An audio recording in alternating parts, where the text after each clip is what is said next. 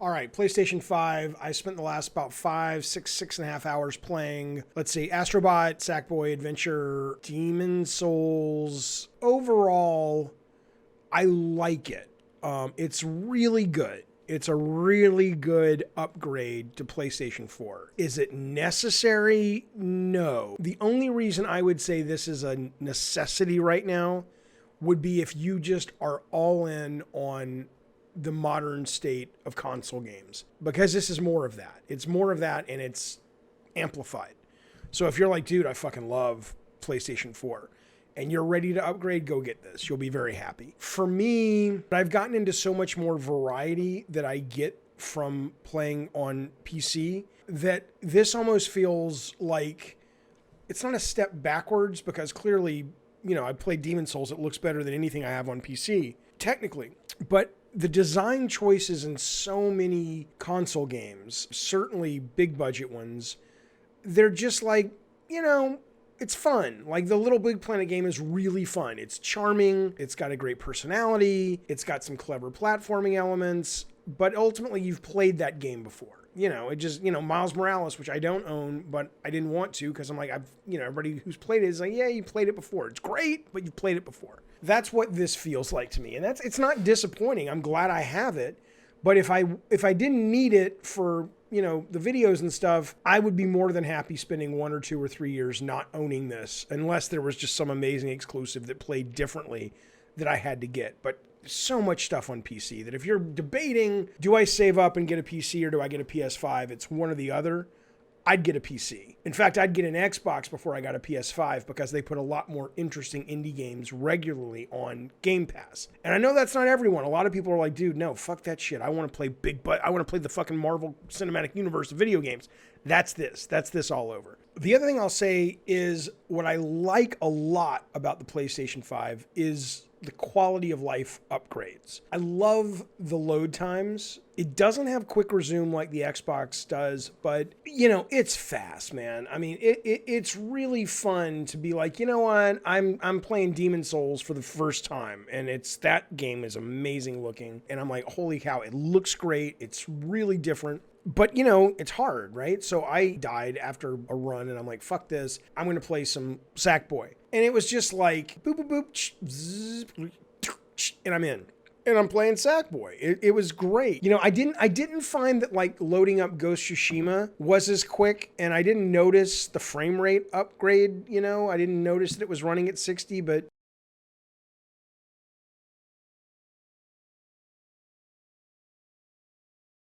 in terms of moving at least across the native PS5 titles, that quality of life upgrade is important. Like, I love the ability to pop around games and try different things. And if I get bored, I still want a game. I don't have to load it. Then it's not a big rigmarole. And I do like this card system. I love the fact that I can go into Little Big Planet, Sackboy, and I can just be like, oh, yeah, let me go back to that level. What are the things left that I have to do? Oh, okay. Let me go after that tchotchke that I have to collect. It does some of the heavy lifting of kind of reacclimating you and getting you hooked back into the interactive experience if you've been away for a while or even a few minutes. Those are little important things. The speed of loading a game, the speed of getting your head back into the game, all those things, add up and they matter. The one thing I'll say is the kind of hint system, which are on these cards. If you are in a level and your card has a little light bulb on it, it basically means that the developers have put hints in if you're stuck. I don't like this because I'm going to look at it. Like, I was playing Sackboy and I was trying to find the last bauble, whatever I was looking for. And I'm like, oh shit, it's right there. I can just, maybe you can turn it off, but I didn't know how. And so I'm like, oh shit, there's a light bulb. Fuck it, I'm going to press it. And it told me where the tchotchke was.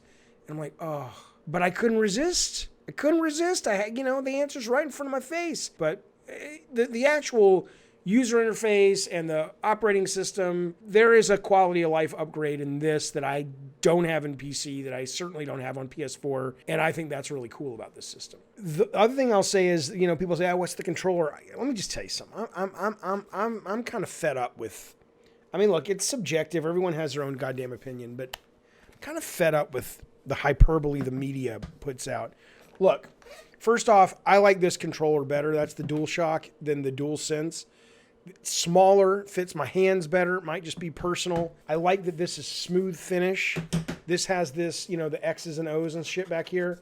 It's rough on the back, and it's big, and it's bulky, and it's meaty. It's good. But it's just a little too big. It's a little too. It's much heavier. Not much, but I mean this is nothing almost. It's substantial, and I definitely do not like it as much as the DualShock 4, but it's fine. It gets the job done. The stuff about, you know, I've seen the press talk about, oh, it's a game changer. Really?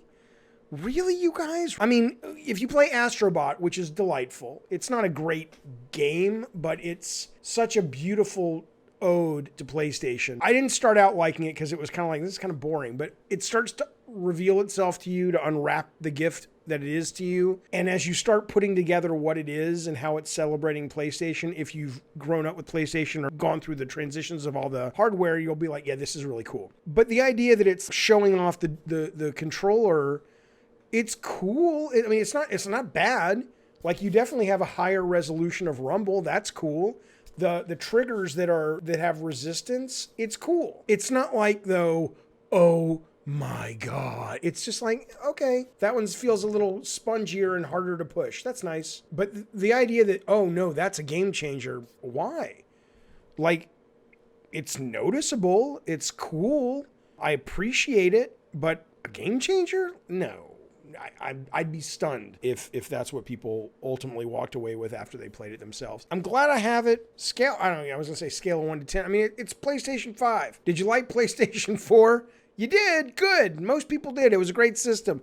This is like that. But if you want innovative games, if you want higher variety of games, I would say PlayStation 5 is at the bottom. Xbox is higher because of Game Pass and their proclivity to put more interesting indie new games on Game Pass, and then on top of it all is a PC. If you're like me and you're more about the gameplay, PS5 is probably your worst choice.